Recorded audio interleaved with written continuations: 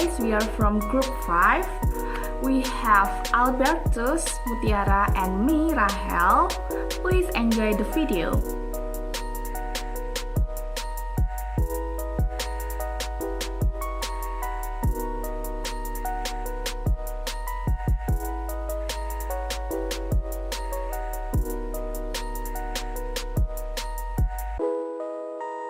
Blurring the line between language and culture. Language always carries meanings and references beyond itself. The meanings of a particular language represent the culture of a particular social group. To interact with a language means to do so with the culture, which is its reference point. We could not understand a culture without having direct access to its language because of their intimate connection.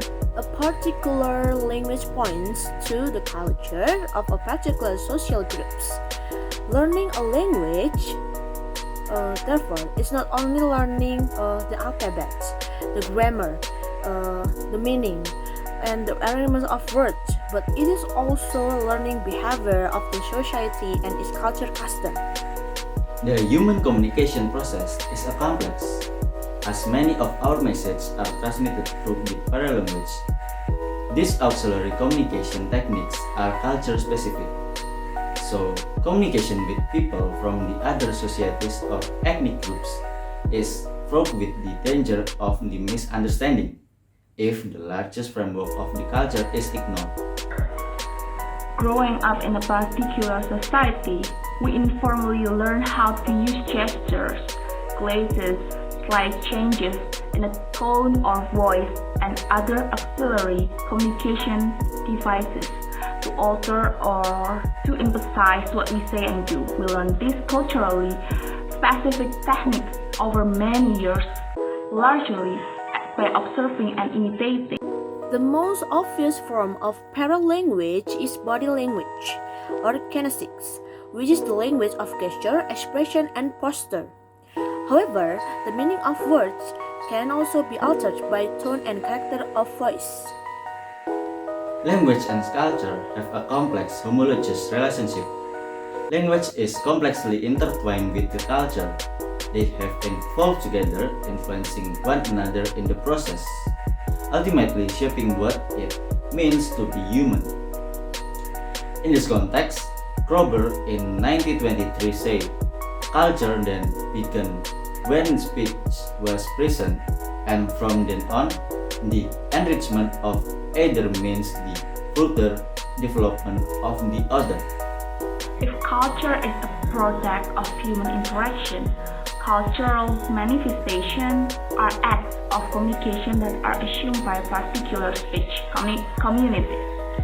According to Rossi Landy, 1973, the totality of the messages we exchange with one another while speaking a given language constitutes a speech community that is the whole society understood from the point of view of speaking.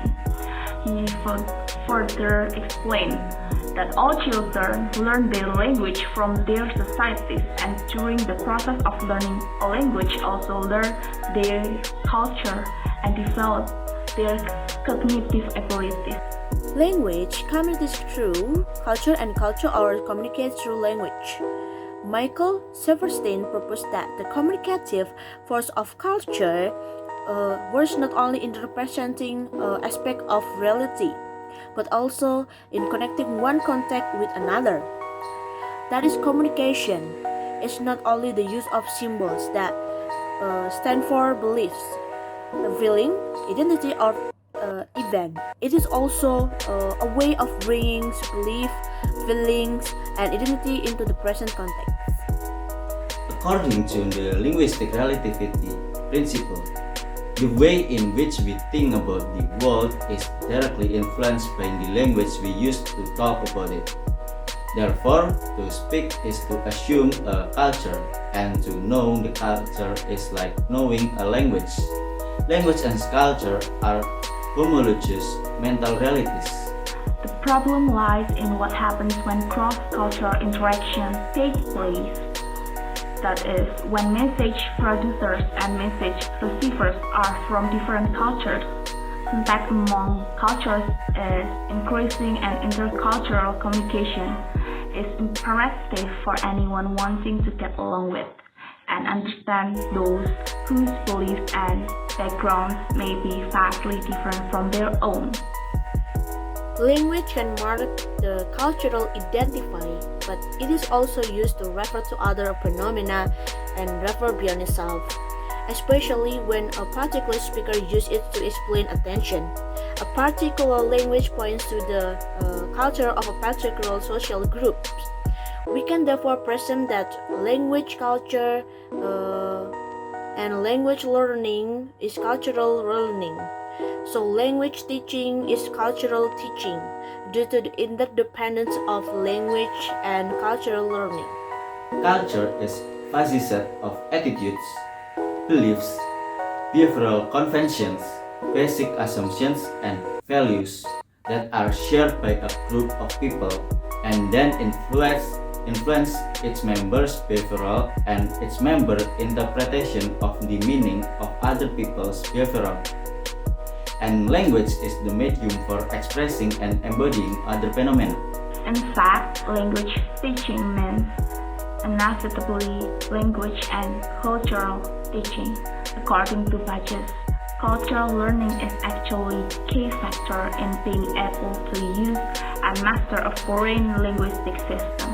The ULESIO Declaration of the European Cultural Foundation and the International Council for Educational Development states, for effective international cooperation, knowledge of other countries and their culture is as important as proficiency in their languages, and such knowledge is dependent on foreign language teaching.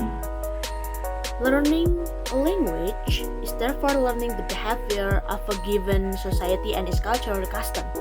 An individual language speaker's effectiveness in foreign language is directly related to his or her understanding of the culture of that language. And it is possible to consider teaching culture through learners' own language, which can be used in a specific way to interpret the other culture. Finally, we can conclude that immersion teaching accelerates the acquisition of cultural knowledge. Feng Ping Go said, the integration of language and culture learning by using the language as medium for the continuing socialization of students is a process which is not intended to imitate and replicate the socialization of native speaker teacher, but rather to develop the student culture competence from the exciting stage by changing into the intercultural competencies.